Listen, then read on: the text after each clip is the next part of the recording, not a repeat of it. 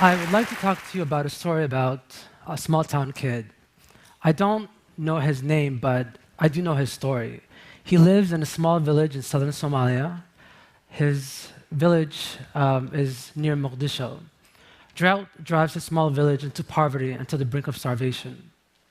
With nothing left for him there, he leaves for the big city, in this case, Mogadishu, the capital of Somalia. When he arrives, there are no opportunities, no jobs, no way forward. He ends up living in a tent city in the outskirts of Mogadishu. Maybe a year passes, nothing.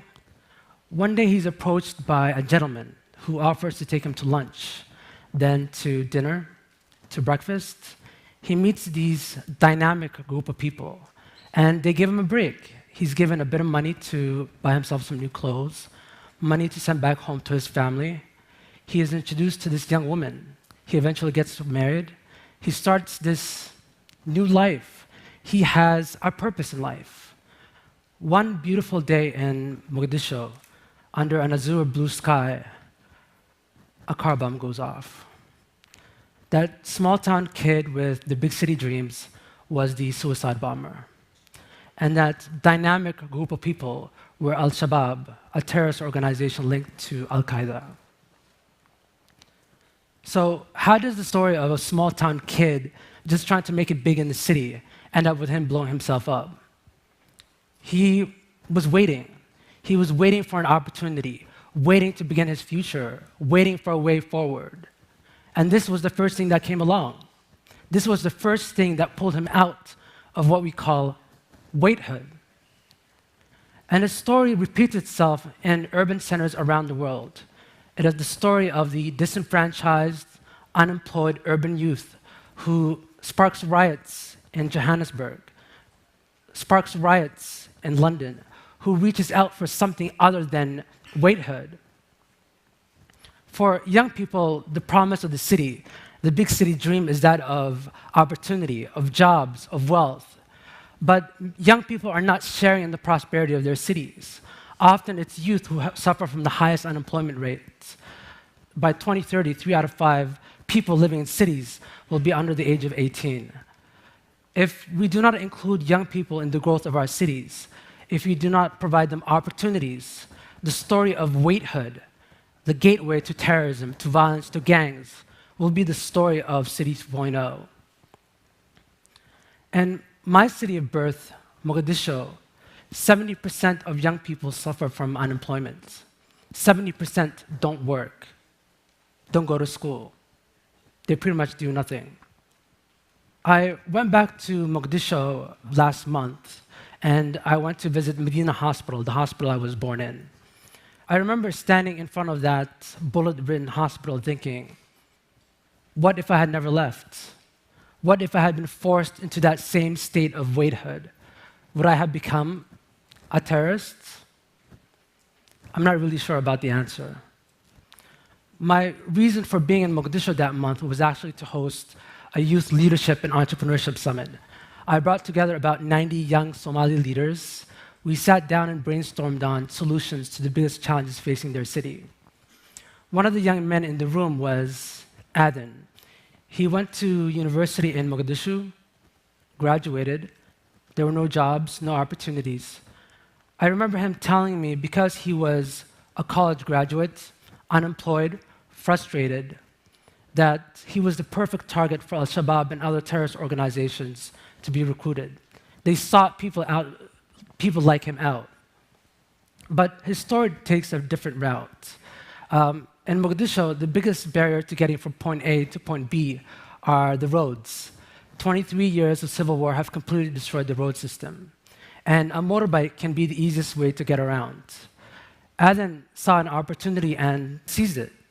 He started a motorbike company. He began renting out motorbikes to local residents who couldn't normally afford them. He bought 10 bikes with the help of family and friends. And his dream is to eventually expand to several hundred within the next 3 years. How is his story different? What makes his story different? I believe it is his ability to identify and seize a new opportunity. It's entrepreneurship. And I believe entrepreneurship can be the most powerful tool against waithood. It empowers young people to be the creators of the very economic opportunities they're so desperately seeking. And you can train young people to be entrepreneurs. I want to talk to you about a young man who attended one of my meetings, Mohamed Mahmoud, a florist. He was helping me train some of the young people at the summit in entrepreneurship and how to be innovative and how to create a culture of entrepreneurship. He's actually the first florist Mogadishu has seen in over 22 years. And until recently, until Mohammed came along, if you wanted flowers at your wedding, you used plastic bouquets shipped from abroad. If you asked someone, when was the last time you saw fresh flowers? For many who grew up under a civil war, the answer would be never. So Mohammed saw an opportunity. He started a landscaping and design floral company. He created a farm right outside of Mogadishu and started growing tulips and lilies, which he said could survive the harsh Mogadishu climate.